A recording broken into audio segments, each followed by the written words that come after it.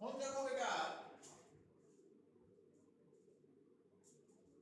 और next topic है capacitance of A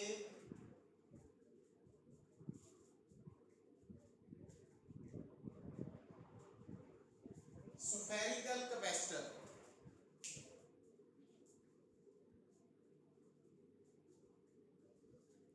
capacitance of A spherical capacitor। देखो बेटा ये ਜਿਹੜਾ टॉपिक है ना ये +2 ਦੇ ਸਿਲੇਬਸ ਦੇ ਵਿੱਚ डायरेक्टली मैंशन नहीं है पर कई स्कूल्स इंटरनल एग्जाम ਦੇ ਵਿੱਚ है ना पा ਦਿੰਦੇ ਆ प्लस कंपटीशन ਲਈ ਤਾਂ ਇਹ इंपॉर्टेंट है ही है जिन्हों ने तैयारी करनी है but school point of view तो फाइनल एग्जाम के पॉइंट ऑफ व्यू तो ये सिलेबस च नहीं है नोट कर लेना तुसी है ना पर स्कूल पॉइंट ऑफ व्यू तो इंटरनल च कुछ नहीं कहा जा सकता कोई भी स्कूल कितों भी पेपर पा दिंदा क्योंकि वो पूरा पैटर्न बोर्ड का फॉलो नहीं करते इस कारण करके ये थोड़े चॉइस होएगी भी इन्हों करना वा कि नहीं करना ना। बेटा देखो जो स्फेरिकल कैपेसिटर है ਉਹਦੇ ਬਾਰੇ ਤੁਹਾਨੂੰ पता होना चाहिए कि स्फेरिकल कैपेसिटर बनया होया दो concentric metallic spherical shells of different radii दो डिफरेंट रेडियाई दे मैटेलिक शेल्स है स्फेरिकल शेल्स है जिन्हों का सेंटर कॉमन है और स्फेरिकल कैपेसिटर च बेटा जिहड़ा आउटर शैल है वो हमेशा ग्राउंडेड होएगा। तो आ मैं ड्रॉ करता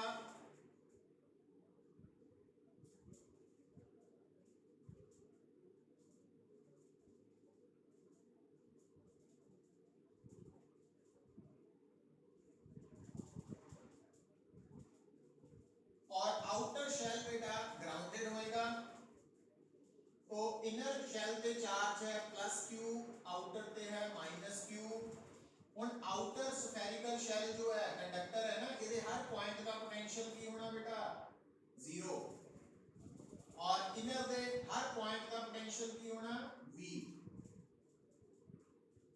और इस करके दोनों का पोटेंशियल डिफरेंस है v - 0 है ना।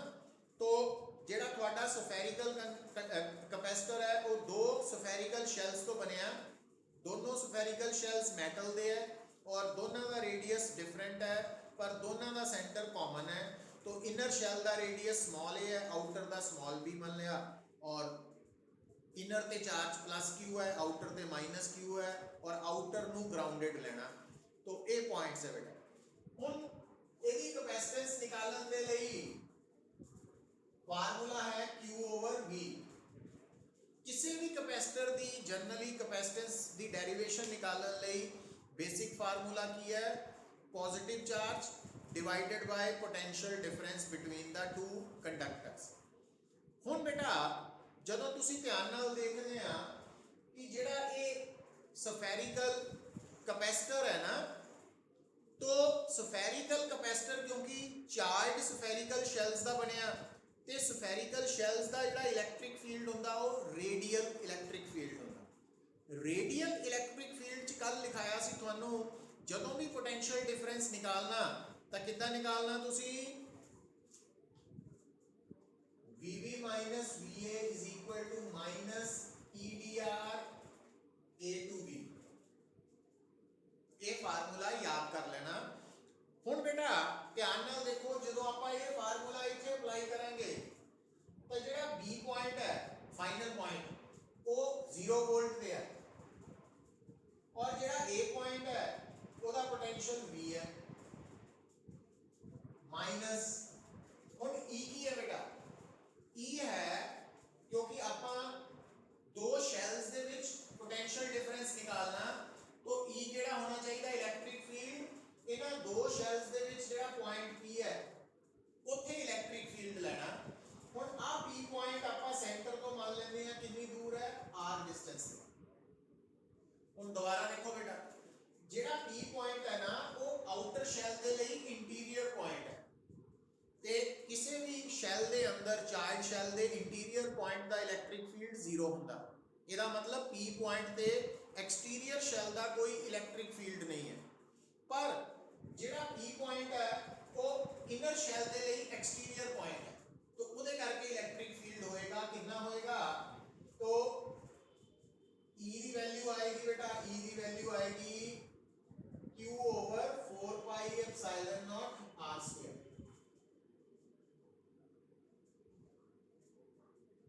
into dr। लिमिट्स की लवांगे क्योंकि ਆਪਾਂ डिस्टेंस ले रहे हैं सेंटर ऑफ शेल तो जेड़ा A पॉइंट है बेटा ਇਹਦਾ सेंटर तो डिस्टेंस है रेडियस A ਦੇ बराबर, और जेड़ा B पॉइंट है ਇਹਦਾ सेंटर तो डिस्टेंस है रेडियस B ਦੇ बराबर। तो आ माइनस और माइनस कटेंगे तो V is equal to Q over 4 pi epsilon naught।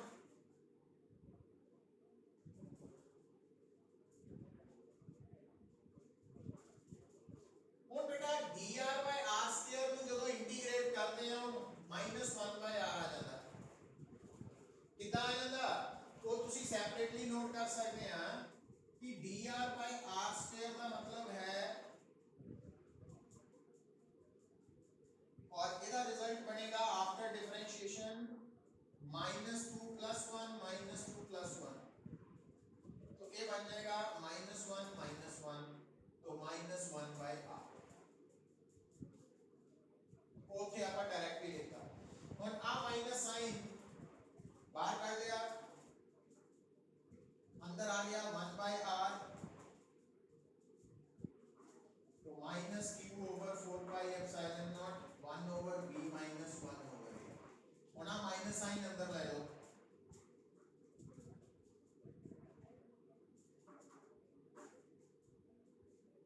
तो A बन जाएगा बेटा Q 4 pi epsilon naught AB, इनमें एक स्टेप बता लो B minus A।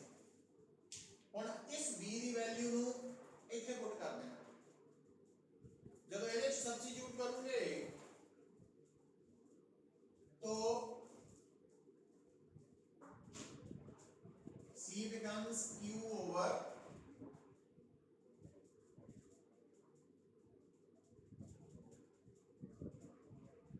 Q कटा गया, C is equal to 4 pi epsilon naught AB over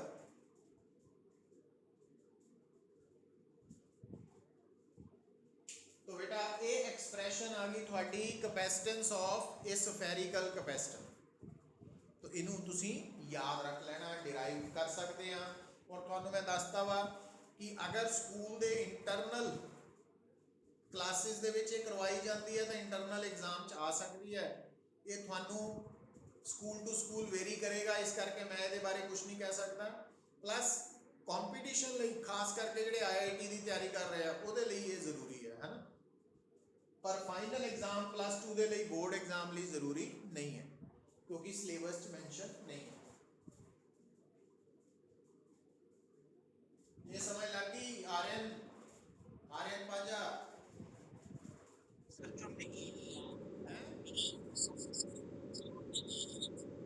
हाँ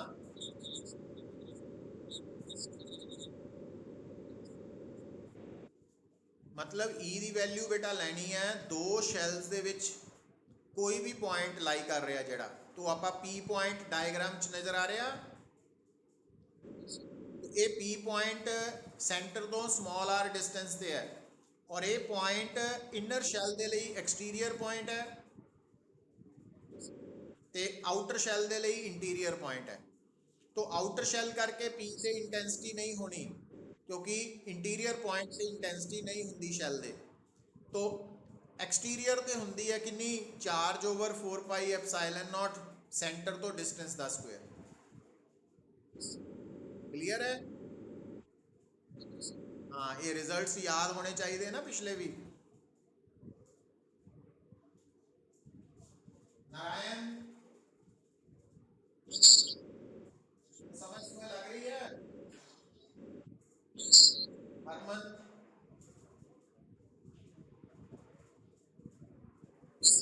क्रिश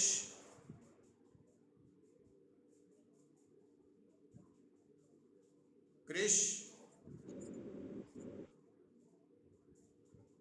क्रिश लग रही? ਸਮਰੀਤ, ਲਕਸ਼ਿਆ,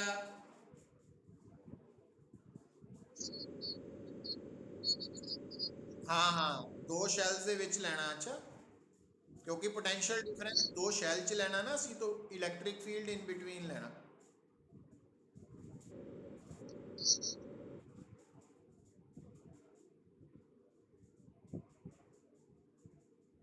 यथार्थ,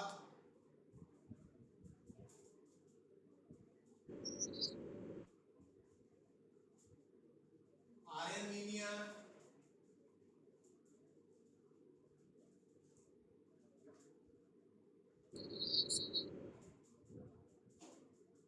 फिर बेटा नेक्स्ट लिखो capacitance of A cylindrical capacitor.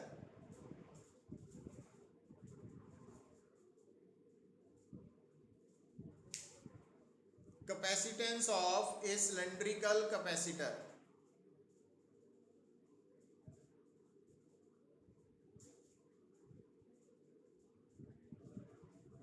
Capacitance of A cylindrical capacitor. और सिलेंड्रिकल ए सिलेबस च भी नहीं है बेटा +2 दे। फिर वही गल कि इंटरनल एग्जाम्स दे लई या कंपटीशन लई जरूरी है, बट अदरवाइज नहीं। इंटरनल एग्जाम च भी स्कूल टू स्कूल वेरी करेगा पुत्र, ऑब्जर्व कर लियो। जे तो स्कूल दे क्लास च करवाया फिर तो आने के चांसेस होंगे, अदरवाइज नहीं आएंगे, है ना। ये तो तुहाडी इंटरनल स्टडी है। तो सिलेंड्रिकल कैपेसिटर जो है that is made up of to cylindrical shells of different radii. दोनों ही शेल्स मेटल के बने हुए हैं और दोनों की एक्सिस कॉमन है, कोएक्सियल। तो इस केस बेटा असी ड्रॉ कर देते हैं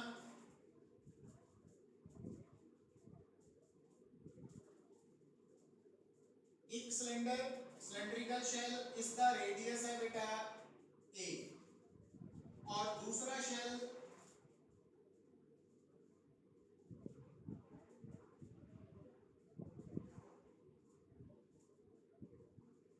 इसका रेडियस है b और लेंथ है l, और जेड़ा आउटर शेल है वो ग्राउंडेड है बेटा। और इनर शेल का पॉइंट ए है, आउटर शेल का पॉइंट बी है। और क्योंकि आउटर शेल ग्राउंडेड है इस करके बी पॉइंट का पोटेंशियल 0 है और ए पॉइंट का पोटेंशियल बी है। हुण बेटा इनर शेल पे चार्ज +q ले लिया, आउटर ते -q है, और कैपेसिटेंस q ओवर b है।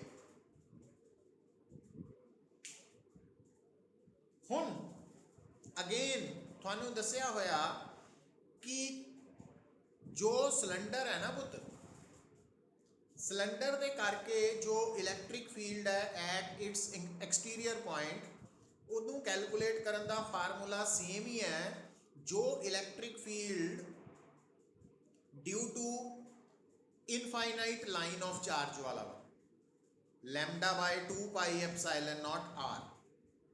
तो ये जड़ा थोड़ा सिलेंड्रिकल कैपेसिटर है तो ये इनर और आउटर सिलेंड्रिकल शेल्स के विच पोटेंशियल डिफरेंस है v, क्योंकि इनर का पोटेंशियल v है, आउटर का 0 है, तो v आ गया। हुण बेटा इस पोटेंशियल डिफरेंस को कढण लई फिर दोबारा वही कांसेप्ट,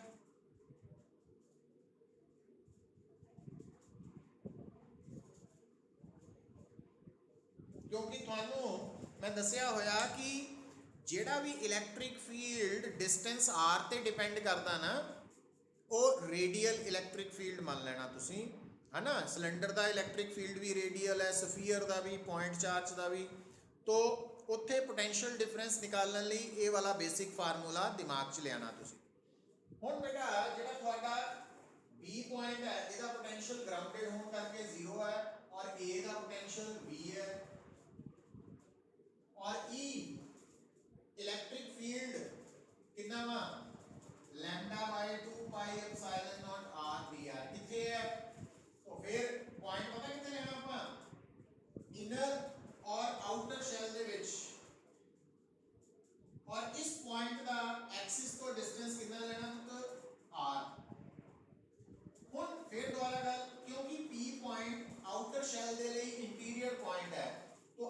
शेल करके इलेक्ट्रिक फील्ड नहीं होएगा, सिर्फ इनर शेल करके होएगा।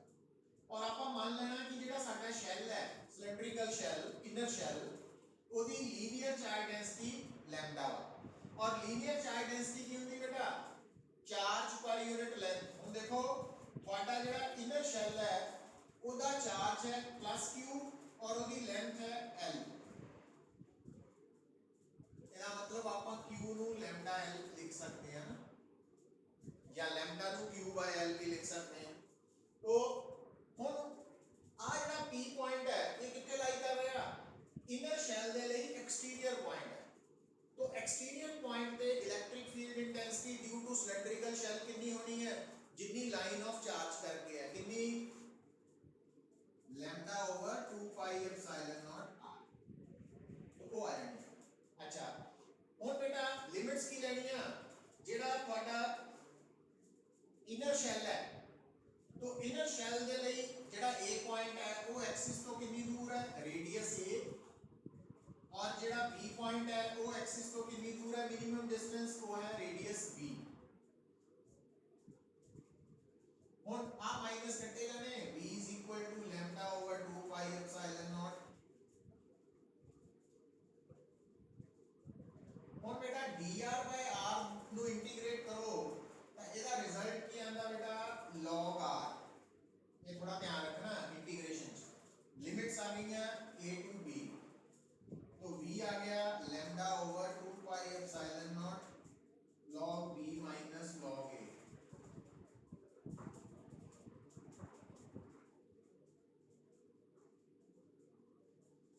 तो कैपेसिटेंस की आ गई। और आ q है बेटा, तो q की जगह पे आप इथों लैम्डा लिख सकते हैं और v इथों पुट कर सकते हैं lambda over 2 pi epsilon not log b by a। Lambda lambda cancel out, तो आ टर्म ऊपर चल जानी है।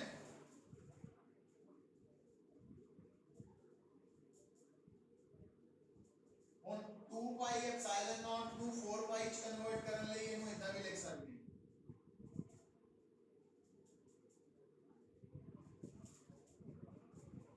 तो ਇਹ ਤੁਹਾਡੀ ਆ ਗਈ सिलेंड्रिकल कैपेसिटर ਦੀ कैपेसिटेंस। तो ये डेरिवेशन प्लस रिजल्ट ये दोनों याद होने चाहिए है थानू। और ये एल की है सिलेंड्रिकल कैपेसिटर की लेंथ और ए इनर रेडियस है बी आउटर रेडियस। तो ये फार्मूलाज टिप्स ते चाहिए है और स्कूल दे लई डेरिवेशन जिहड़ी है वो देखनी पएगी थानू, क्योंकि बोर्ड दे विच तां ये डेरिवेशंस नहीं आनियां, ये श्योर है बेटा सिलेबस च नहीं है। तो इस तक किसी को कोई डाउट आर्यन मीनिया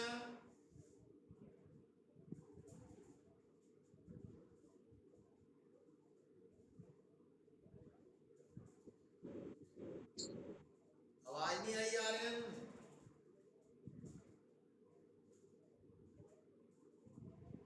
नारायण यथार्थ लक्ष्य समरीत कृष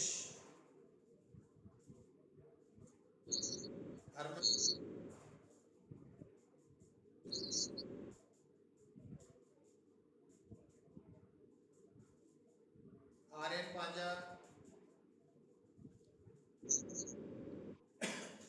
तो ਇਹਦੇ ਨਾਲ बेटा ਤੁਹਾਡਾ कैपेसिटेंस ਦਾ ਇਹ पोर्शन हो गया ना कंप्लीट। ਹੁਣ दो टॉपिक रह गए मेन बस। तो सैटरडे संडे तक ਤੁਹਾਡਾ ਇਹ यूनिट नंबर 1 ਜਿਹੜਾ ਕਾਫੀ ਦੇਰ ਤੋਂ ਚੱਲ ਰਿਹਾ ਸੀ ਉਹ ਪੂਰਾ ਕੰਪਲੀਟ ਹੋਏਗਾ। मतलब एक एक टॉपिक ਆਪਾਂ ਕਵਰ ਕਰ ਲਿਆ ਇਨਕਲੂਡਿੰਗ ਕੰਪੀਟੀਸ਼ਨ। ਹੁਣ ਇਹਦੇ ਵਿੱਚ बेटा एक पॉइंट नोट करना ਤੁਸੀਂ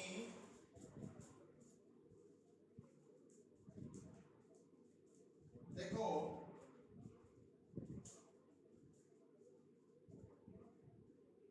वो है बेटा आप एक कैपेसिटर है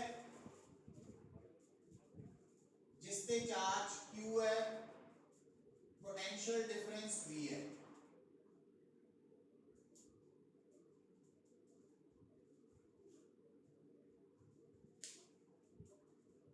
ਇਹ ਤੁਹਾਡਾ ਕਪੈਸੀਟਰ ਹੈ ਜਿਸ ਦੀ ਕਪੈਸੀਟੈਂਸ ਅਸੀਂ ਬੇਟਾ ਮੰਨ ਲਈ ਸੀ ਔਰ ਇਹਦੇ ਤੇ ਚਾਰਜ ਹੈ ਇੱਕ ਪਲੇਟ ਤੇ ਪਲੱਸ Q ਦੂਜੇ ਤੇ ਮਾਈਨਸ Q ਔਰ ਦੋਨੋਂ ਪਲੇਟਸ 'ਚ ਪੋਟੈਂਸ਼ੀਅਲ ਡਿਫਰੈਂਸ ਹੈ V। ਤਾਂ ਤੁਹਾਨੂੰ ਪਤਾ ਵਾ ਕਿ Q is equal to CV।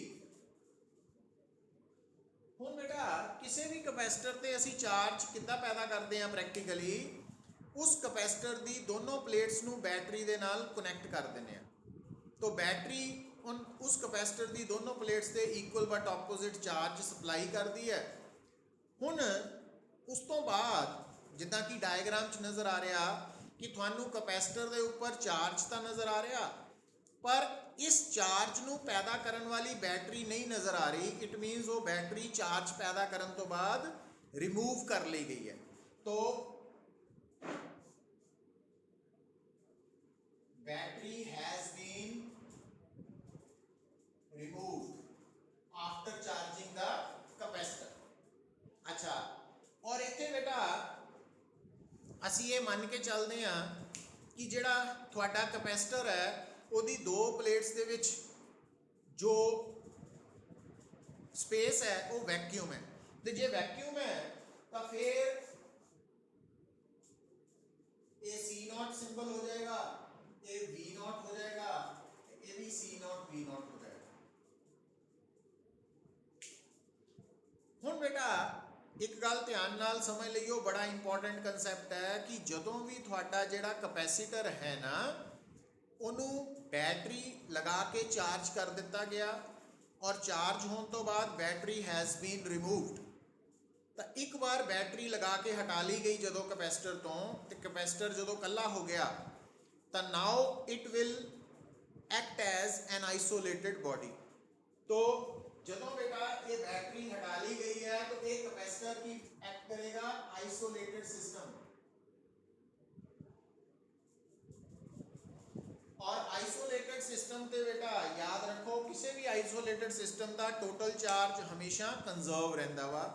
तो इट मीनस अगर कैपेसिटर नू बैटरी लगा के चार्ज कर दिता गया उस तो बाद बैटरी हटा ली गई रिमूव कर ली गई तो ਇਹਦਾ मतलब ਤੁਹਾਡਾ ਉਹ कैपेसिटर आइसोलेटेड सिस्टम बन गया। हुण ਉਹਦੇ ਤੇ जिन्ना भी चार्ज है वो उन्ना ही रहेगा।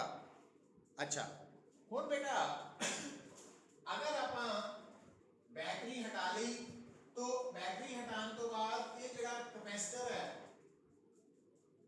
ਇਹਦੀਆਂ प्लेट्स ਤੇ चार्ज सी प्लस Q माइनस Q। ਹੁਣ ਆਪਾਂ ਕੀ ਕੀਤਾ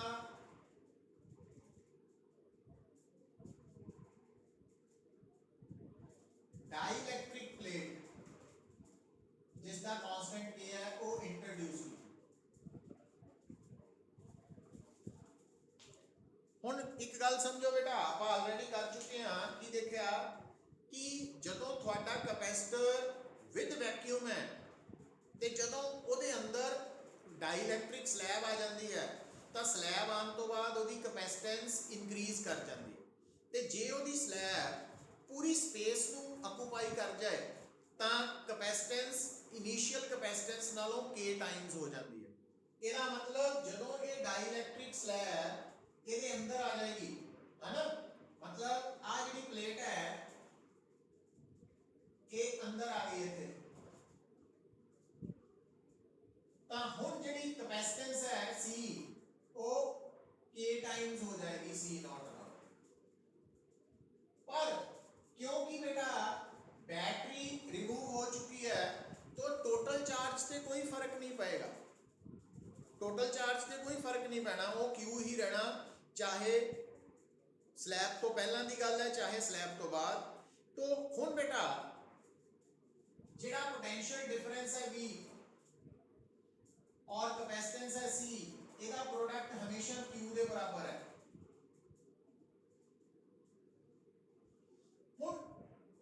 कैपेसिटर विद वैक्यूम की कैपेसिटेंस C0 ते स्लैब पाने तो बाद हो गई C और C K टाइम्स C0 है ना। तो हुण नवा पोटेंशियल डिफरेंस V की होएगा तो V की वैल्यू और इन दोनों को इक्वेट करो पुत्र। जे आप इन्हां दोनों को इक्वेट करांगे क्योंकि लेफ्ट साइड दोनों की बराबर है तो CV ते C0 V0 बराबर है पर C की वैल्यू की है K times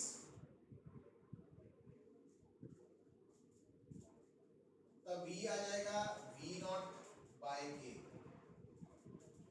V naught bye के का मतलब है कि डाइलैक्ट्रिक स्लैब के पान ते कैपेसिटेंस का K टाइम्स इंक्रीज करेगी, पर जेड़ा पोटेंशियल है ना, पोटेंशियल डिफरेंस वो 1/K टाइम्स होएगा, है ना, मतलब डिक्रीज कर जाएगा डाइलैक्ट्रिक स्लैब के पान ते। पर कदों ध्यान दो, बैटरी रिमूव हो चुकी है, उस तो बाद स्लैब पान ते सारा कुछ हो रहा, ये भुलना नहीं। अच्छा, फिर बेटा क्योंकि इतने सारा वैक्यूम है तो इतने इलेक्ट्रिक फील्ड है E नॉट, और दो प्लेट्स के विच अगर डिस्टेंस D है तो V नॉट ते E नॉट का की संबंध होता बेटा, V नॉट होएगा E naught D।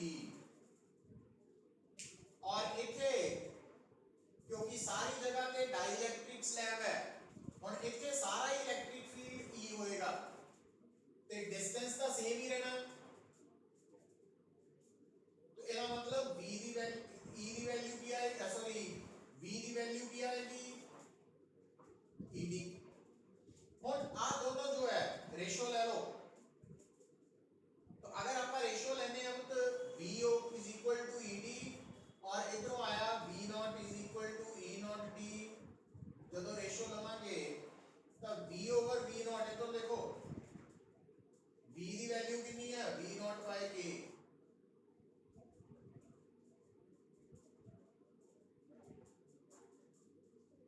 V naught कटिया गया, 1/K इज इक्वल टू